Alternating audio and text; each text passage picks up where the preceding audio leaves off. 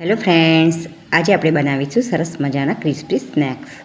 તો ફક્ત સૂજીમાંથી જ બને છે અને એકદમ ક્રિસ્પી લાગે છે. તમે જોઈ શકો છો કે સરસ મજાના એકદમ ક્રિસ્પી આપણા સ્નેક્સ છે અને ખાવામાં ખૂબ જ મજા પડે છે. તમે એકવાર ચોક્કસથી બનાવજો.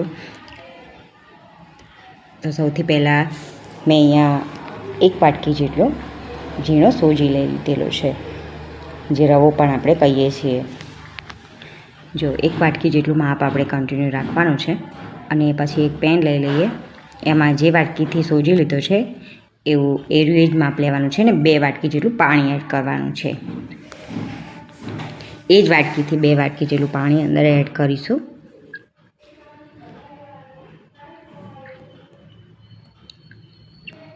પાણી એડ કરી અને પછી આપણે તેને જ્યાં સુધી ગરમ નવશેકું ના થાય ત્યાં સુધી તેને ઉકાળવાનું છે અને મીઠું અંદર એડ કરવાનું છે. અને પછી આપણે જે એક વાટકીનો સોજી લીધો હતો આપણે એ અંદર એડ કરી દઈશું. જો આપણે સોજી એડ કર્યો છે એટલે એને કન્ટિન્યુ હલાવતા રહેવાનું છે. નીચે ચોટે નહીં એનું ખાસ ખ્યાલ રાખવાનું. અને જાડા તળિયાવાળી કઢાઈ લેવાની છે. અમારી 3 લેયર્સવાળી કઢાઈ છે એટલે ચીપકશે નહીં, છતાંય હલાવવાનું ખરું. જો આવી રીતે હલાવશો એટલે કે સોજી જે છે બધું પાણી છે એબ્ઝોર્બ કરી લેશે અને કમ્પ્લીટ થઈ જશે. પણ આને હલાવતા સ્ટોપ નહીં કરવાનું, હલાવતા જ રહેવાનું. ધીમો ગેસ રાખવાનો, ફાસ્ટ ગેસ નહીં રાખવાનો. અને એવી રીતે ધીમે ધીમે હલાવતા રહેવાનું. એટલે આપણો જે હાથથી ટચ કરી શકે ને આમ ગોળ વળે એવું કરવાનું છે.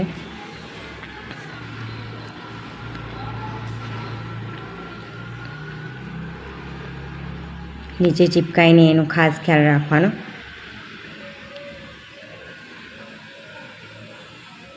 જો સોજીએ બધું જ પાણી એબ્ઝોર્બ કરી લીધેલું છે અને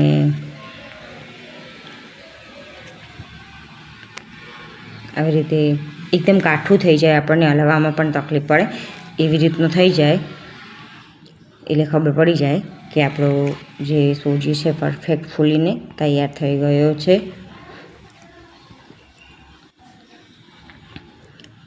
જો સરસ એવું થઈ ગયું છે. તો આપણે તેને એક થાળીમાં આપણે એને કાઢી લઈશું. આપણે સરસ લોટ બાંધીએ એવું થઈ જશે અને ઠંડુ થાય એટલે હાથથી આમ ટચ કરી શકાય. એટલે આપણે એને જો આવી રીતે ચમચા ઉપરથી ઉખાડી લઈશું અને 2 ચમચી જેટલો આપણે ચોખાનો લોટ એડ કરવાનો છે. જરૂર પડે તો પાછળથી બીજો આપણે એડ કરીશું. અત્યારે હાલ હું 2 ચમચી જેટલો એડ કરું છું. ચોખાનો લોટ ના હોય તો કોર્નફ્લોર પણ લઈ શકો છો તમે, પણ ચોખાના લોટથી છે એકદમ ક્રિસ્પી થશે. અને સાથે 2 નંગ નાના બટેટા છે એ બાફીને લઈ લીધેલા છે મેં. અને સારી રીતે તેને અંદર જે સોજીનો લોટ છે એમાં એકદમ ઝીણા મિક્સ કરી લેવાના છે. આવી રીતે ભાગીને તમે જોઈ શકો છો હું કરું છું. આ રીતે સરસ એવા ભાગી જવા જોઈએ બધા જ. તમે છીણીને પણ લઈ શકો છો. મેં અહીંયા છીણ્યા નથી, હાથથી જ હું ભાગી દઉં છું. અને આવી રીતે સરસ એવું આપણે બધું જ મિક્સ થઈ જાય અને લોટની જરૂર પડે તો તમે લઈ શકો છો. અને આવી રીતે હાથમાં ચીપકાય છે તો થોડું આપણે તેલ લઈ લઈએ તો હાથમાં બિલકુલ નહીં ચીપકાય અને થાળીમાં જે ચીપકેલું છે એ પણ આવી જશે. જો આવી રીતે સરસ એવું બધું જ ડો જેવું કરી દેવાનું છે. મતલબ લોટ બાંધથી આપણે સરસ એવું સોફ્ટ એવું થઈ જશે. જો હાથમાં બી ચોટેલું છે બધું નીકળી જશે તમે તેલ લગાવશો એટલે.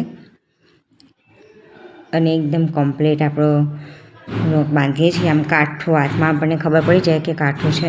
અને આવી રીતે 2 લુવા કરી લેવાના આવી રીતે.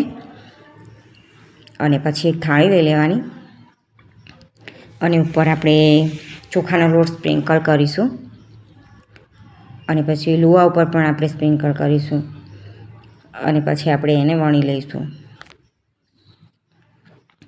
સરસ આવો લોટ ઉપરથી સ્પ્રિંકલ કરી દેવાનો, જેથી કરીને વેલણમાં ચીપકાય નહીં અને આવી રીતે વણી લેવાનું. આસાનીથી વણી જશે. અને પછી નીચે જે છે થાળી ફેરવવાની છે. ઉપરનો જે લુઓ છે એ નહીં ફેરવવાનો, થાળી આખી ફેરવવાની ગોળ ગોળ અને વણાઈ જશે. જો હું વણું છું ને એવી રીતે જ વણવાનું. અને આ નાસ્તો કંઈક અલગ છે, એકદમ ક્રિસ્પી અને ક્રન્ચી લાગે છે. બાળકોને તો ખૂબ જ ટેસ્ટી લાગે છે. જો આવી રીતનું હું રાખું છું એવું મીડિયમ થીક એવું રાખવાનું છે, મતલબ જાડું રાખવાનું છે. અને આવી રીતે ચપ્પુ લઈ અને પછી આવી રીતે ચારે બાજુથી આપણે કિનારી લઈ લઈશું.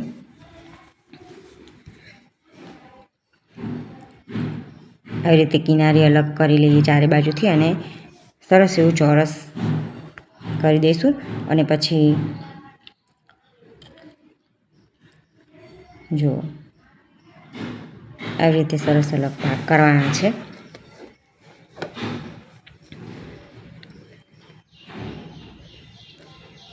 થોડું ચપ્પા ઉપર ચીપકાઈ જાય છે. જે આવી રીતે સરસ એવું ચોરસ કરી દેવાનું. પછી વચ્ચેથી આપણે આવી રીતે કટ કરવાનું છે. આવી રીતે મોટી સાઈઝ રાખવાની છે, નાની નાની સાઈઝ નથી રાખવાની.